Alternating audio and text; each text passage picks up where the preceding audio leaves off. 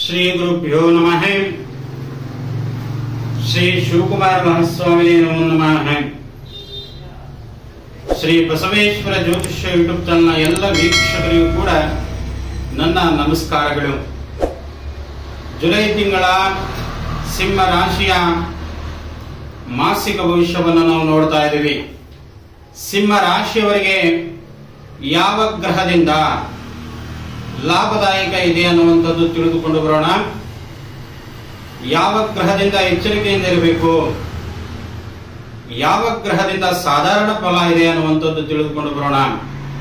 ಮೊದಲನೇದಾಗಿ ಗ್ರಹಗಳ ಪಲ್ಲಟವನ್ನ ನಾವು ತಿಳಿದುಕೊಂಡು ಬರೋಣ. 6ನೇ ತಾರೀಕು ಶುಕ್ರ ಕರ್ಕಾಟಕ ರಾಶಿಗೆ ಪ್ರವೇಶವನ್ನು ಮಾಡ್ತಾ ಇದ್ದಾನೆ. ಜೊತೆಗೆ ಇಲ್ಲಿ ನಾವು ಕುಜ 12ನೇ ತಾರೀಕು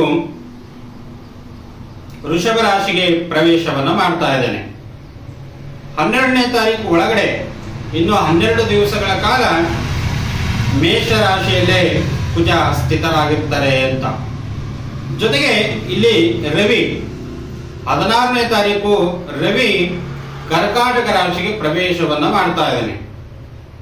16ನೇ ತಾರೀಕು ಒಳಗಡೆ ಇನ್ನು 15 ದಿವಸಗಳ ಮಿಥುನ ರಾಶಿಯಲ್ಲೇ ಸಂಚಾರವನ್ನ ಮಾಡ್ತಾ ಇರ್ತಾರೆ. ಇನ್ನು 15 ದಿವಸಗಳ ಕಾಲ ರವಿ ಕರ್ಕಾಟಕ ರಾಶಿಯಲ್ಲಿ ಸಂಚಾರವನ್ನ ಮಾಡ್ತಾ ಇರ್ತಾರೆ ಅಂತ. ಜೊತೆಗೆ ಬುಧ 19ನೇ ತಾರೀಕು ಸಿಂಹ ರಾಶಿಗೆ ಪ್ರವೇಶವನ್ನ ಮಾಡ್ತಾರೆ. ಇನ್ನು 19 ದಿವಸಗಳ ಕಾಲ ಕರ್ಕಾಟಕ ರಾಶಿಯಲ್ಲಿ ಸಂಚಾರವನ್ನ ಮಾಡ್ತಾ ಇರ್ತಾರೆ ಅಂತ. ಜೊತೆಗೆ ಇಲ್ಲಿ ಕೇತು 2ರಲ್ಲಿದ್ದಾರೆ, ಗುರು ದಶಮ ಭಾವದಲ್ಲಿದ್ದಾರೆ.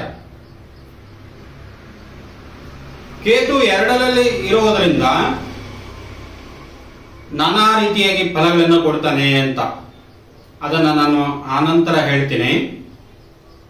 ಜೊತೆಗೆ ಇಲ್ಲಿ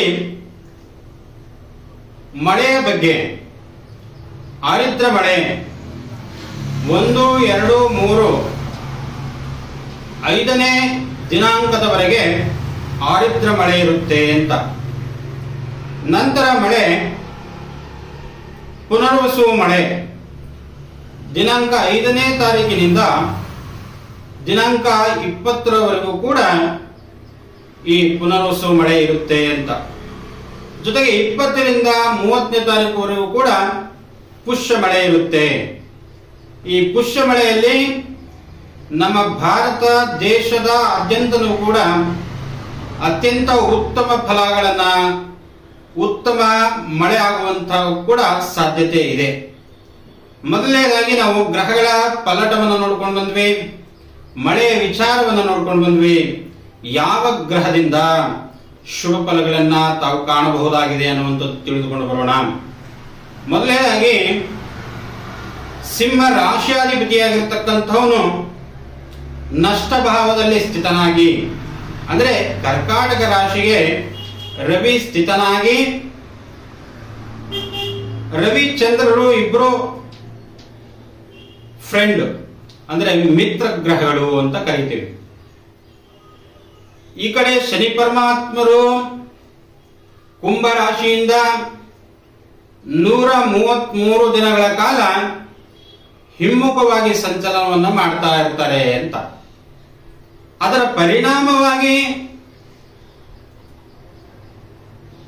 ಮಕರ ರಾಶಿಯ ಸ್ಥಿತಿಯ ಅನುಗ್ರಹದಿಂದ, ಆ ಮಕರ ರಾಶಿಯ ದೃಷ್ಟಿಯಿಂದ ಸಿಂಹ ರಾಶಿಯಲ್ಲಿ, ಕರ್ಕಾಟಕ ರಾಶಿಯಲ್ಲಿ ಇದ್ದು ರವಿ ತನ್ನ ಶತ್ರುವಿನ ಮನೆಯನ್ನ ವೀಕ್ಷಣೆ ಮಾಡಿ, ಜೊತೆಗೆ ಶತ್ರುವನ್ನ ವೀಕ್ಷಣೆ ಮಾಡ್ತಾ ಇರುವಂತಹದ್ದು ಒಂದು ಕಡೆ. ಅದರಿಂದ ಏನೇನು ಎಚ್ಚರಿಕೆ ಕ್ರಮ ಅಂತಂದ್ರೆ, ತಂದೆ ಮಗನಲ್ಲಿ ಎಚ್ಚರಿಕೆಯಾಗಿರಬೇಕು, ಅಥವಾ ತಾಯಿ ಮಗನಲ್ಲೂ ಕೂಡ ಎಚ್ಚರಿಕೆಯಿಂದ ಇರಬೇಕು. ಯಾಕಂದ್ರೆ ಇಲ್ಲಿ ಶನಿ ಮತ್ತು ರವಿ ತಂದೆ ಮಗ ಅಂತ ನಾವು ಜ್ಯೋತಿಷ್ಯದಲ್ಲಿ ಅಂದ್ಕೊಳ್ತೀವಿ. ಜೊತೆಗೆ ಚಂದ್ರ ಪ್ರತಿನಿತ್ಯದ ಸಂಚಾರವನ್ನ ಅನುಗ್ರಹದಿಂದ ಅದರಲ್ಲೂ ಕೂಡ ಮನಸ್ಸು ಪರಿವರ್ತನೆ ಆಗುವುದು ಕೂಡ ಇರುತ್ತೆ ಅಂತ. ಜೊತೆಗೆ ಇಲ್ಲಿ ಹಿಮ್ಮುಖ ಸಂಚಲನದಿಂದ ಸ್ವಲ್ಪ ಕಷ್ಟಗಳು ಮತ್ತು ತೊಂದರೆಗಳು ಎದುರಾಗುವಂತಹ ಸಾಧ್ಯತೆಗಳು ಇದಾವೆ ಅಂತ. ಆದ್ರಿಂದ ಬಹಳ ಎಚ್ಚರಿಕೆಯಿಂದ ಇರಬೇಕು ಅಂತ. ಇನ್ನ ಕುಟುಂಬಾಧಿಪತಿ ಆಗಿರುವಂತಹ ಮತ್ತು ಧನಾಧಿಪತಿಯಾಗಿರತಕ್ಕಂಥ ಬುಧ ಇಲ್ಲಿ ನಷ್ಟ ಭಾವದಲ್ಲಿ ಸ್ಥಿತನಾಗಿದ್ದಾನೆ ಅಂತ. ಅಂದ್ರೆ ಇಲ್ಲಿ ಬುಧ ಬುದ್ಧಿಗೆ ಕಾರಕನಾಗಿರ್ತಾನೆ. ಜೊತೆಗೆ ತಾವು ಮಾಡುವಂಥ ದಿನನಿತ್ಯದ ಕೆಲಸದ ಮೇಲೆ ಪರಿಣಾಮವನ್ನು ಬೀರುತ್ತೆ ಅಂತ. ತಾವೇನಾದರೂ ಒಂದು ದಿನನಿತ್ಯದಲ್ಲಿ ವ್ಯವಹಾರವನ್ನಾಗಲಿ ಅಥವಾ ನಿಮ್ಮ ಉದ್ಯೋಗದಲ್ಲಾಗಲಿ ಒಂದು ದಿವಸ ಲಾಭ ಆಗಬಹುದು, ಇನ್ನೊಂದು ದಿವಸ ನಷ್ಟ ಆಗಬಹುದು, ಇನ್ನೊಂದು ದಿವಸ ಸಾಧಾರಣ ಫಲಗಳನ್ನು ಸಿಗಬಹುದು. ಅದಕ್ಕೆ ಅತಿ ಹೆಚ್ಚಿನದಾಗಿ ಬಂಡವಾಳವನ್ನ ಹೂಡಬೇಡಿ. ಏಕೆಂದ್ರೆ ಇಲ್ಲಿ ವೇರಿಯೇಷನ್ ಆಗ್ತಾನೆ ಇರುತ್ತೆ.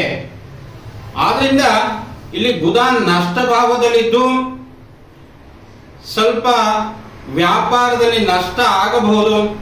ಆದ್ದರಿಂದ ಬಹಳ ಎಚ್ಚರಿಕೆಯಿಂದ ವಹಿಸಬೇಕಾಗಿರ್ತಕ್ಕಂಥದ್ದು. ಇನ್ನ ತೃತೀಯಾಧಿಪತಿಯಾಗಿರ್ತಕ್ಕಂಥವನು, ಲಾಭಾಧಿಪತಿಯಾಗಿರ್ತಕ್ಕಂಥವನು ನಷ್ಟ ಭಾವದಲ್ಲಿ ಸ್ಥಿತನಾಗಿದ್ದಾನೆ. ಆದ್ದರಿಂದ ಇಲ್ಲಿ ಭಾತೃಗಳಿಂದ, ಜೊತೆಗೆ ಬಂಧುಗಳಿಂದ, ಜೊತೆಗೆ ಮಿತ್ರರಿಂದ, ತಮ್ಮ ಸರ್ಕಾರಿ ಅಧಿಕಾರ ವರ್ಗದಿಂದ ಬಹಳ ಎಚ್ಚರಿಕೆಯಿಂದ ಇರಬೇಕಾಗಿರ್ತಕ್ಕಂಥದ್ದು.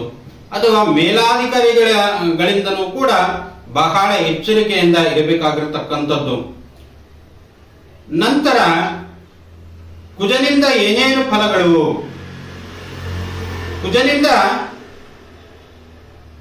ಕುಜ ಗುರುವಿನ ಜೊತೆಗೆ ಇದ್ದು, ಗುರು ದಶಮಾಭಾವದಲ್ಲಿದ್ದು, ಆ ಗುರುವಿನ ಜೊತೆಗೆ ಕುಜ ಇರುವುದರಿಂದ ಕಬ್ಬಿಣ ವ್ಯಾಪಾರ ಮಾಡುವಂತವರಿಗೂ ಕೂಡ ಲಾಭ ಆಗುವಂತಹ ಸಾಧ್ಯತೆ ಸೂಚಿಸ್ತಾ ಇದೆ. ಜೊತೆಗೆ ಎಲೆಕ್ಟ್ರಿಕಲ್ ವರ್ಕ್ ಮಾಡುವಂತವರಿಗೆ ಅಥವಾ ಇಂಟೀರಿಯರ್ ವರ್ಕ್ ಮಾಡುವಂತವರಿಗೆ ಅಥವಾ ಸಿಮೆಂಟ್ ವ್ಯಾಪಾರವನ್ನು ಮಾಡುವಂತವರಿಗೆ ಭೂಮಿಯಿಂದ ಅಧಿಕ ಲಾಭ ಬರುವಂತಹ ಸಾಧ್ಯತೆಯು ಕೂಡ ಸೂಚಿಸ್ತಾ ಇದೆ.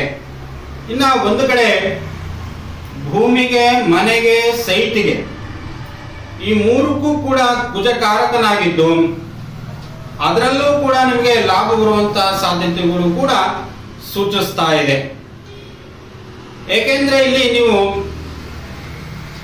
ನಾನು ಒಂದು ಉದಾಹರಣೆಯನ್ನ ಹೇಳ್ತಾ ಇದ್ದೀನಿ. ತಾವು ಮೊದಲು ಪ್ರಾರಂಭ ಮಾಡಿರ್ತೀರ ಒಂದು ಬಿಸ್ನೆಸ್ ಅನ್ನ. ಆ ಬಿಸ್ನೆಸ್ ಅನ್ನ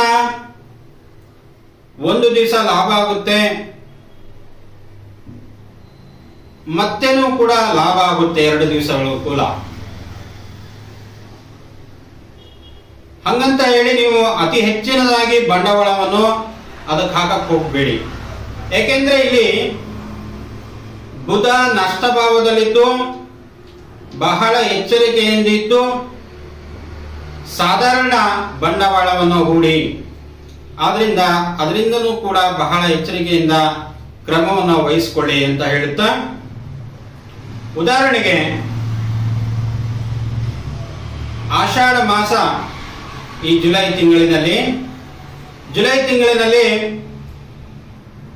ಆಷಾಢ ಪ್ರತಿ ಶುಕ್ರವಾರದಂದು ಲಕ್ಷ್ಮೀ ದೇವಿಯ ಆರಾಧನೆಯನ್ನ ಮಾಡಿ, ಆ ಲಕ್ಷ್ಮೀ ದೇವಿಯ ಆರಾಧನೆಯನ್ನ ಮಾಡಿದ್ರೆ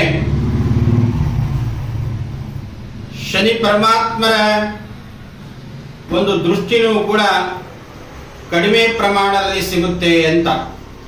ಹಂಗಂತ ಹೇಳಿ ನನಗೆ ಲಕ್ಷ್ಮಿ ಅನುಗ್ರಹ ಇದೆ ಅಂತ ಹೇಳಿ ಎಲ್ಲಾ ಪಾಪಕರ್ಮಗಳನ್ನ ಮಾಡ್ತಾ ಇದ್ರೆ ಮೇಲಿಂದ ಶನಿ ಪರಮಾತ್ಮರು ನಿಮ್ಮನ್ನ ದೃಷ್ಟಿಯಿಂದ ನೋಡ್ತಾ ಇರ್ತಾರೆ. ನಾನು ಏನ್ ಮಾಡಿದ್ರು ಕೂಡ ಯಶಸ್ಸು ಸಿಗುತ್ತೆ, ನಾನು ಏನ್ ಮಾಡಿದ್ರೂ ಕೂಡ ನಡೆಯುತ್ತೆ ಅನ್ನುವಂತ ಅಹಂ ನಿಮ್ಮಲ್ಲಿ ಬರಬಾರದು.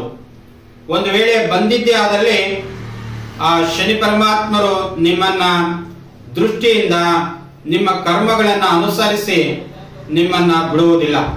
ಹಾಗೆ ನಮ್ಮ ದಿನನಿತ್ಯದ ಜೀವನದಲ್ಲೂ ಕೂಡ ಯಾರನ್ನೂ ಕೂಡ ಮೋಸ ಮಾಡದೆ ಭಯ, ಭಕ್ತಿ, ಶ್ರದ್ಧೆ, ನಿಷ್ಠೆಯಿಂದ ಇದ್ದು ತಮ್ಮ ಜೀವನವನ್ನ ಸಾಗಿಸಿಕೊಂಡು ಹೋಗುವಂಥದ್ದು ಈ ಸಿಂಹರಾಶಿಯವರು. ಸಿಂಹರಾಶಿಯವರಿಗೆ ನಾನು ಮುಂದೆ ಬರುವಂಥ ಯಾವುದೇ ಒಂದು ಕಷ್ಟಗಳು ಬಂದರೂ ಕೂಡ ಅದನ್ನು ಎದುರಿಸ್ಕೊಂಡು ಹೋಗುವಂತ ಸಾಮರ್ಥ್ಯ ಈ ಸಿಂಹರಾಶಿಯವರಿಗೆ ಇರುತ್ತೆ ಅಂತ.